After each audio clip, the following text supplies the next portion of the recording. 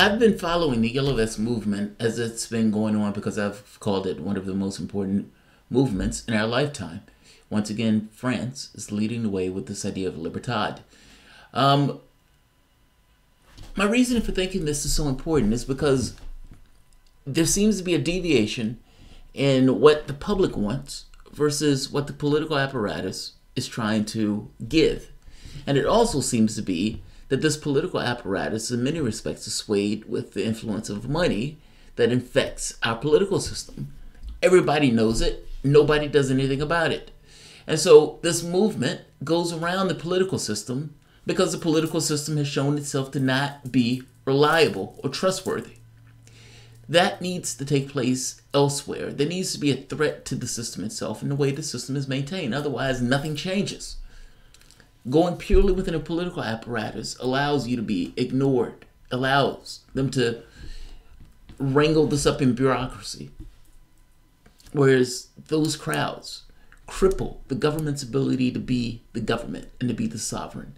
And when that government wants to assert its sovereignty, what it finds that the only quiver or the arrow in its quiver is violence and force, which doesn't necessarily look all that well. Macron gave in to several changes in several of the demands. And Macron also went on this kind of national debate. Now, I've said when Macron announced this that he was trying to wear them down, to essentially wear down the clock. Because a movement like this can't maintain its integrity over long periods of time. It's difficult to do.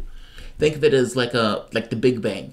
There's a explosion of something that takes place in a society that creates a certain amount of energy. That energy propels itself through time. But as you go forward, the resolve of the people involved in the process, just from a probability standpoint, start to dwindle. And week after week after week, and at this point they're in their 18th week, it dwindles to much less. I think it's at 28,600 than the 100,000 or so that were out there before.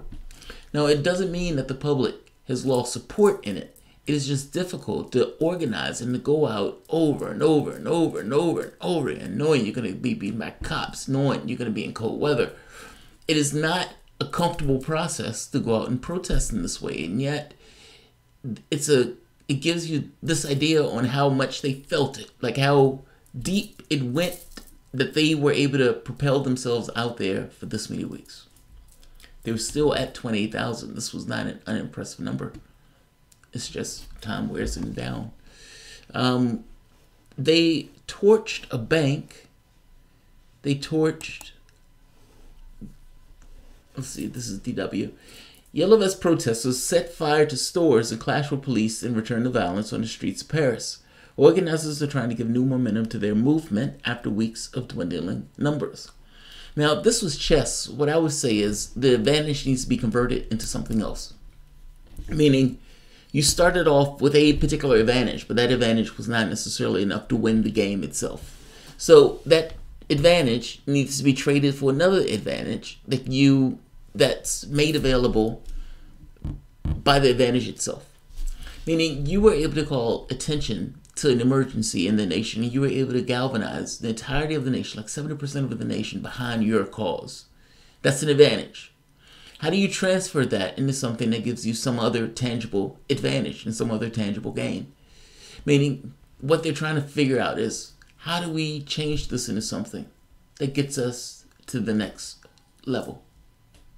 How do we get to the next level? Let's see. Police said 42 protesters, 17 of their own officers, one firefighter were injured in a day of violence, followed weeks of relative calm. Nearly 240 protesters were arrested out of an estimated 10,000 participants. On the Champs-Élysées, rioters set fire to a bank, an upmarket handbag store, and 2 newsstands. The high-end Fouquet restaurant was also damaged. Stores wrecked, neighborhoods torched. Protesters also looted stores and burned bonfires at several points of the famed shopping street, where the large security cordon had set up to protect the Arc de Triomphe War Memorial. essentially it's violence has returned. And the thing that attracted me to this story was this. Look at this. Like, for all intents and purposes, this could be Venezuela, right? This could be the initial beginnings of Syria. This could be the Ukraine. It just so happened this is France. And in many of the other situations, the Western powers would be calling and giving these guys all the props in the world because they would be taking down governments that they didn't like. In this case, it's a government that they like. So they're not calling for this, their support for these guys. And no, they're not going to give these guys news coverage like talking about, but they're still out there. They're still protesting. They're still angry because they're not getting what they want. Let's take a look at this.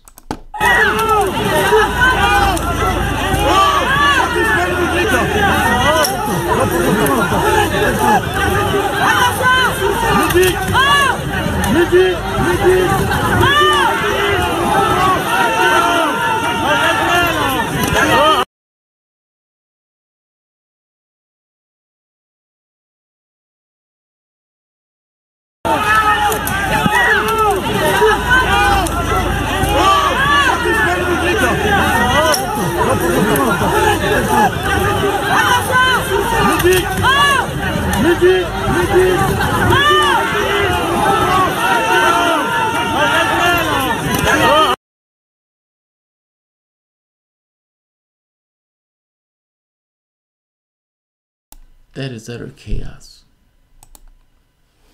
Utter chaos. Alright, I'm not going to keep this one. There's no one here, so if you guys enjoy the content, please feel free to share, like, subscribe. You can always support the PayPal or Patreon. Thanks all.